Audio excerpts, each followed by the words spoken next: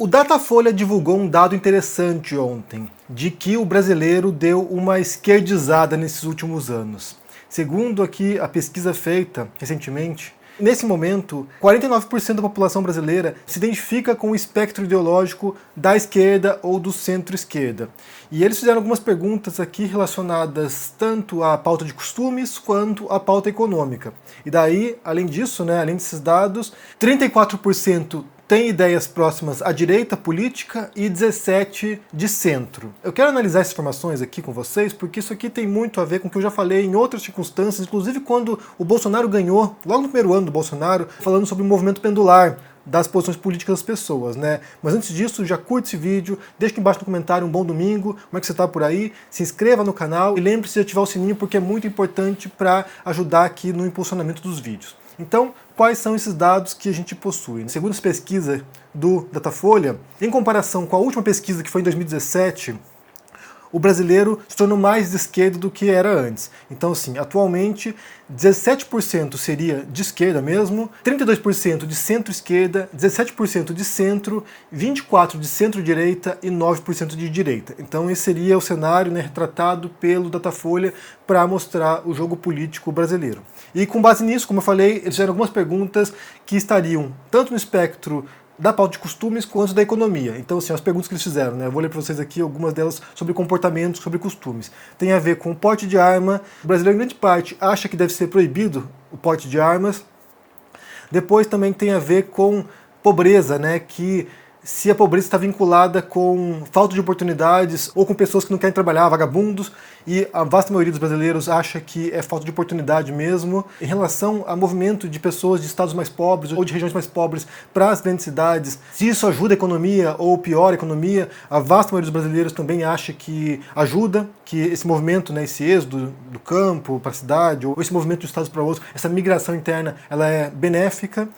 Também outra questão aqui sobre criminalidade, se ela é motivada por maldade ou por falta de oportunidades. E nesse caso em particular aqui, uma pequena maioria dos brasileiros acha que ser criminoso é porque a pessoa é má. Chega a ser infantil pensar isso, mas tudo bem. Sobre pena de morte também, uma boa maioria dos brasileiros acha que não cabe à justiça matar criminosos, condenar à morte criminosos. Sobre o uso de droga, uma vasta maioria dos brasileiros acham que as drogas devem ser proibidas no Brasil porque isso causa danos à sociedade. Sobre homossexualidade, uma grande maioria também dos brasileiros acredita que a homossexualidade deve ser aceita na sociedade. Também chega a ser absurdo pensar que as pessoas não podem ser o que elas são. Essa é a pergunta interessante sobre se acreditar em Deus faz com que as pessoas sejam melhores. E uma vasta maioria dos brasileiros, embora tenha caído da última pesquisa para agora, uma vasta maioria dos brasileiros pensa que acreditar em Deus torna as pessoas melhores. Isso é surpreendente pensando na América Latina, na América como um todo, que é um continente bastante violento e boa parte das pessoas nesse continente são pessoas católicas, ou evangélicas, são crentes, são cristãos e ainda assim são regiões bastante perigosas, violentas, problemáticas. Então nessa concepção deveria ser um continente com as melhores pessoas do planeta, porque tem muita gente devota nessas regiões. Sobre sindicatos, se os sindicatos ajudam a defender os trabalhadores ou se são apenas plataformas políticas, e aí está empatado ali, pessoas que acham que sindicatos só fazem política e não ajudam os trabalhadores, e aqueles que acham que realmente ajudam os trabalhadores, os interesses dos trabalhadores. E depois, sobre reeducação de infratores, uma considerável maioria dos brasileiros pensa que adolescentes devem ser punidos como adultos. E na pauta econômica, perguntaram sobre a importância de interferência do governo para ajudar na economia, e também está bem perto ali aqueles que acham que deve sim e outros que acham que não deve interferir. Sobre impostos, se pagar mais impostos é importante desde que haja um retorno em serviços para a população, e também está bem empatado aí entre aqueles que acham que sim e aqueles que acham que não. Sobre depender do governo para poder ter condições de vida melhor, uma maioria considerável acha que não, que é melhor não depender do governo para isso. Se o governo deve ajudar as empresas que estão falindo, uma grande maioria acha que sim. Se as leis trabalhistas também protegem os trabalhadores e são importantes, uma maioria considerável acha que sim também. E também uma boa maioria dos brasileiros pensa que é importante que o governo ajude em investimentos para acelerar a economia. Então, assim, no geral, como eu falei, houve uma tendência aí, uma esquerdização da população brasileira de acordo com essa pesquisa. A gente pode questionar se essas perguntas aqui são realmente suficientes para julgar, né, se alguém é de esquerda ou de direita. Porque aqui a gente fala de dois aspectos, né, aspectos dos costumes, dos comportamentos e os aspectos de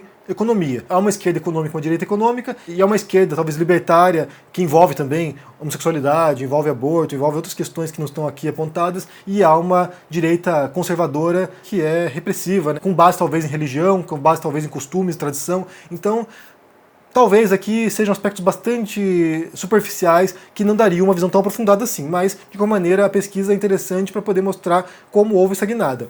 E aí, como eu falei, quando o Bolsonaro ganhou a eleição em 2018, em assume 19, eu fiz um vídeo aqui falando sobre isso, né, sobre esse movimento pendular, porque naquele momento o que eu tinha dito era o seguinte, que eu percebia que havia grupos de oposição ao Bolsonaro, grupos de esquerda, né, no geral, que estavam receosos ou se recusando a tentar, sabe, defender uma agenda de impeachment do Bolsonaro, ou seja, que ele fosse removido do cargo, porque havia essa noção de que o Bolsonaro precisava sangrar até a última gota. Então, assim, quanto mais tempo o Bolsonaro ficasse no poder, e ele era um incompetente, sabíamos disso, ele era uma pessoa cruel, perversa, quanto mais tempo ele ficasse no poder, melhor seria para a oposição. Mais tempo lá, mais estragos causados, maior a revolta das pessoas, e assim levaria um retorno depois da esquerda ao poder. Então naquele momento eu já apontei isso, porque de fato é o que acontece.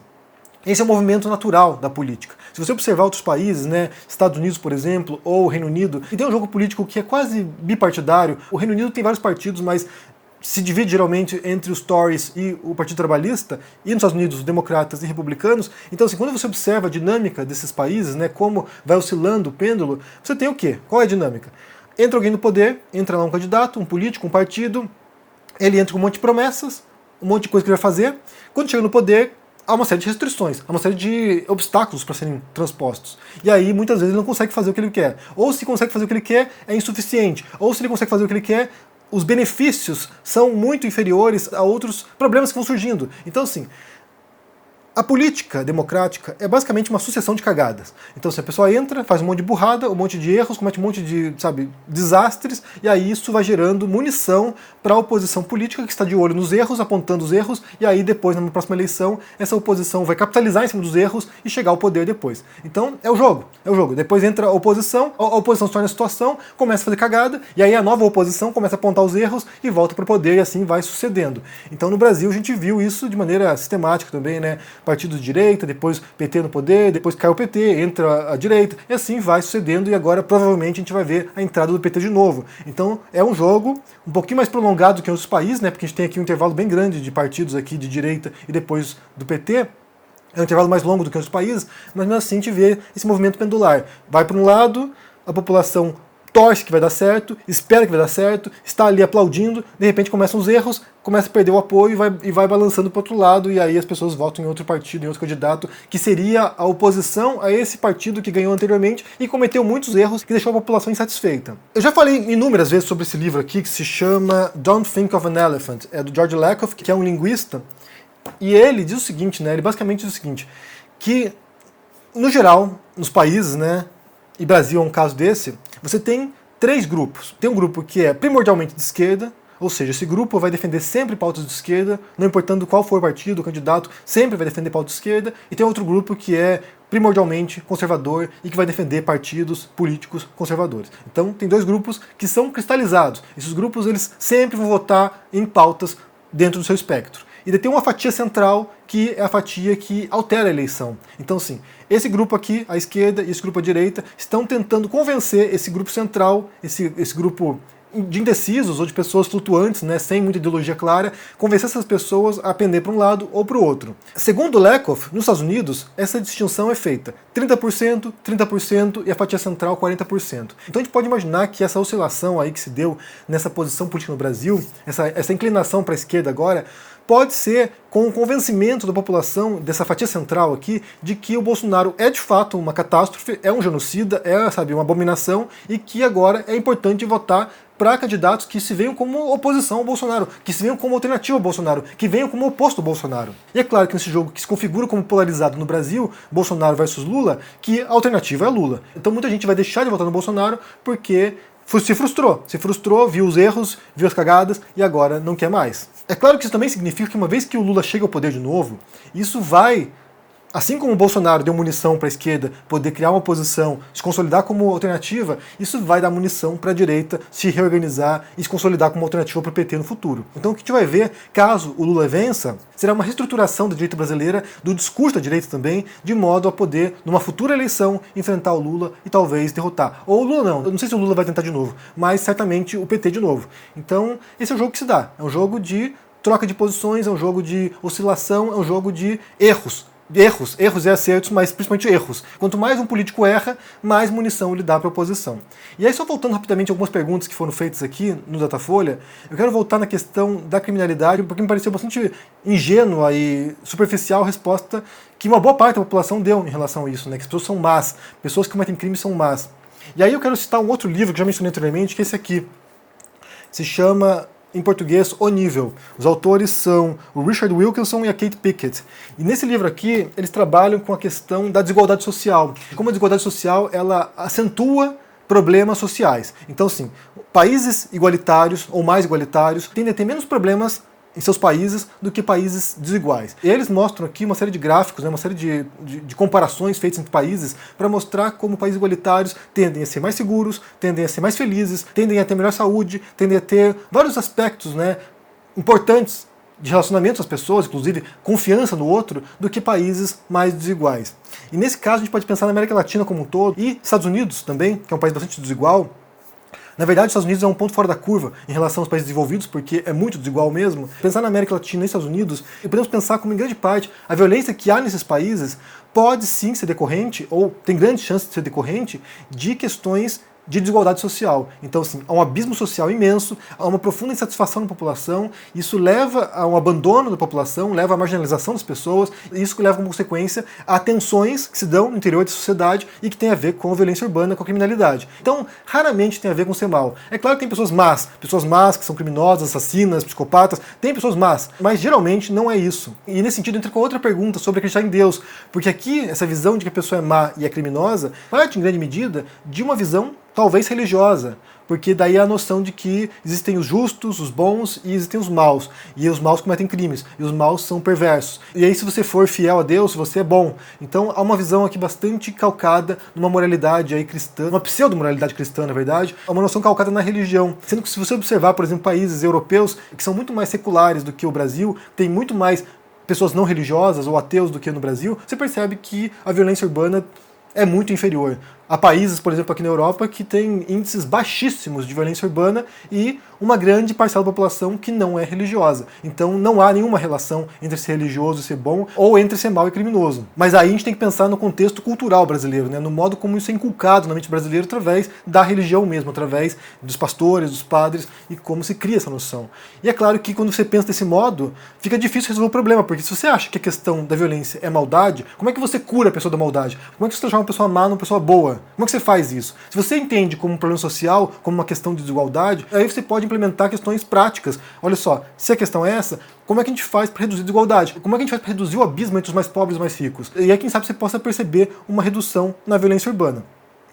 Eu quero saber o que vocês pensam sobre essa pesquisa feita aí pelo Datafolha. Isso te ajuda a entender esse movimento pendular na política, quando as pessoas se frustram com um partido, com um candidato, com uma proposta e vão para o outro lado, e como isso já antevê pra gente, né, isso já prevê pra gente o que vai acontecer no futuro governo Lula, caso ele venha ganhar. Isso vai indicar que a oposição vai se armar, vai resistir e vai se reorganizar. A questão sempre é, aqui é importante ressaltar isso, a questão sempre é que o problema não é que haja essa oscilação, que haja essa alternância entre esquerda e direita. O problema no Brasil com o Bolsonaro foi que isso pendeu para a extrema direita. Isso caiu no colo de um fascista. Isso caiu no colo de alguém que cometeu um genocídio na pandemia. Então, essa distorção total é que é um problema.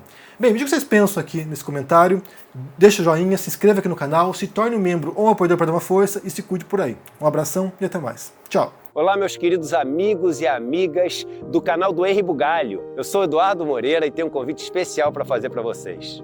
No dia 9 de junho, uma quinta-feira, às 8 horas da noite, Leonardo Boff, um dos maiores pensadores e teólogos do nosso tempo, vai lançar o seu novo livro, uma obra primorosa, O Pescador Ambicioso e o Peixe Encantado, A Busca pela Justa Medida. Um livro que vai encher de esperança o coração de todos que lerem essa obra magnífica. A gente vai fazer um lançamento no dia 9 de junho, às 8 horas da noite, com o Leonardo Boff dando uma palestra maravilhosa, e a gente adoraria que você fizesse parte desse momento, celebrando com a gente essa realização do querido Boff. Para você se inscrever é muito simples, só clicar no link aqui em cima ou aqui embaixo, e aí gratuitamente, em poucos segundos, está inscrito para poder participar desse evento. Chame seus amigos e amigas também e vamos fazer parte dessa corrente por um mundo verdadeiramente mais justo e melhor.